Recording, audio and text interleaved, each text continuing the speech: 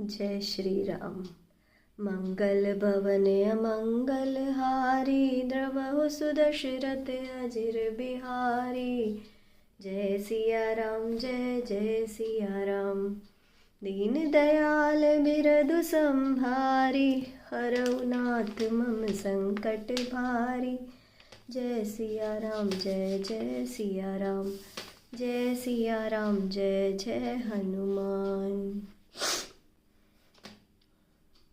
अंगद का बल देखकर सब हृदय में हार गए। तब अंगद के ललकारने पर रावण स्वयं उठा। जब वह अंगद का चरण पकड़ने लगा तब बाली कुमार अंगद बोले, मेरा चरण पकड़ने से तू बच नहीं सकेगा। अरे मूर्ख, तू जाकर श्री राम जी के चरण क्यों नहीं पकड़ता। यह सुनकर रावण अपने मन में सकुचाकर लौट गया। उसकी सारी शोभा समाप्त हो गई। वह ऐसा तेजहीन हो गया जैसे दोपहर में चंद्रमा दिखाई देता है। वह सिर नीचा कर अपने सिंहासन पर जा बैठा, मानो सारी संपत्ति गवा बैठा हो। श्री रामचंद्र जी पूरे संसार की आत्मा और प्राणों के स्वामी हैं। उनसे विमुख रहने वाला शांति नहीं पा सकता। शिव जी कहते हैं, हे उमा, जिन श्री रामचंद्र जी के भौं के इशारे से विश्व उत्पन्न होकर नाश को प्राप्त होता है, जो तृण को वृज और वृज को तृण बना देते हैं, उनके दूत का प्रण कहो कैसे टल सकता है। फिर अंगद ने अनेक प्रकार से नीति समझाई, पर रावण का काल निकट आ गया था। वह नहीं समझा। तब शत्रु के गर्व को चूर करके अंगद ने उसे श्री रामचंद्र जी का सुयश सुनाया और फिर यह कहकर चल दिया, रणभूमि में तुझे खेला खेलाकर मारूंगा, अभी क्या बड़ाई करूं। अंगद ने पहले ही उसके पुत्र को मार डाला था। वह संवाद सुनकर रावण दुखी हो गया। अंगद का प्रण देखकर सब राक्षस भय से व्याकुल हो गए। शत्रु के बल का मर्दन कर बल की राशि बाली पुत्र अंगद जी ने हर्षित होकर आकर श्री रामचंद्र जी के चरण कमल पकड़ लिए।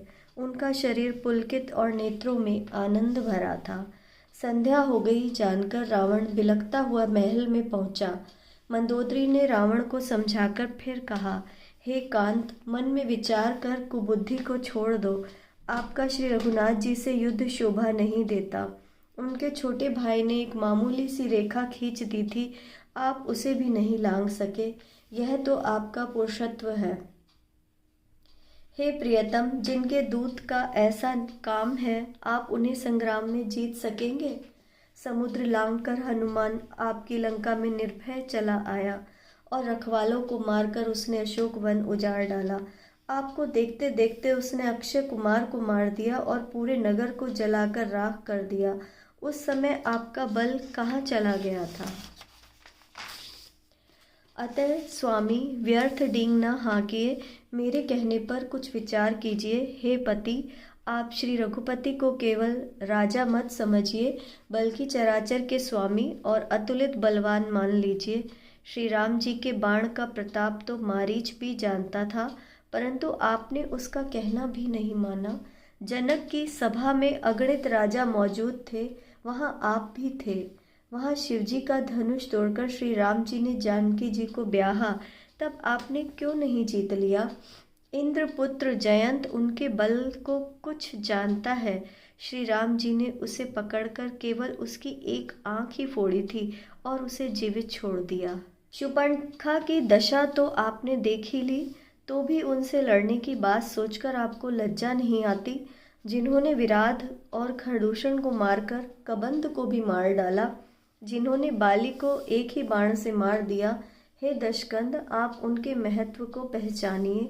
जिन्होंने खेल खेल में ही समुद्र को बांध लिया और जो सेना सहित सुबेल पर्वत पर उतर आए, उन सूर्य कुल की कीर्ति को बढ़ाने वाले करुणा में भगवान ने आप ही के हित के लिए दूत भेजा, जिसने बीच सभा में आकर आपके बल को उसी प्रकार मथ डाला जैसे हाथियों के झुंड में आकर सिंह उसे छिन्न भिन्न कर डालता है।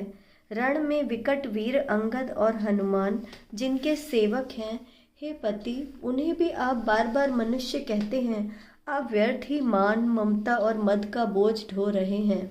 हे प्रियतम, आपने श्री राम जी से विरोध कर लिया, इसलिए काल के वश होने पर आपके मन में ज्ञान उत्पन्न नहीं होता। काल लाठी लेकर किसी को नहीं मारता, वह व्यक्ति धर्म, बल, बुद्धि और विचार का हरण कर लेता है। हे स्वामी, जिसका मरण समय निकट आ जाता है वह आप ही की भांति हो जाता है। आपके 2 पुत्र मारे गए और नगर जल गया। अब भी श्री राम जी से वैर त्याग दीजिए और कृपा सिंधु श्री रघुनाथ जी का भजन कर यश प्राप्त कीजिए।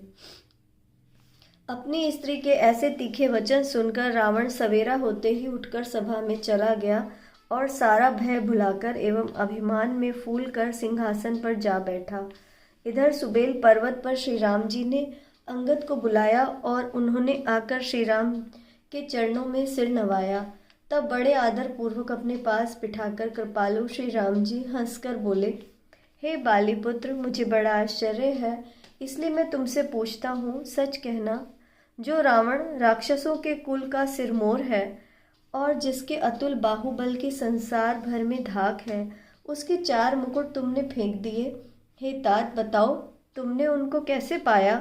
अंगद ने कहा, हे सर्वज्ञ, हे शरणागत को सुख देने वाले, सुनिए, वे मुकुट नहीं हैं, वे तो राजा के 4 गुण हैं।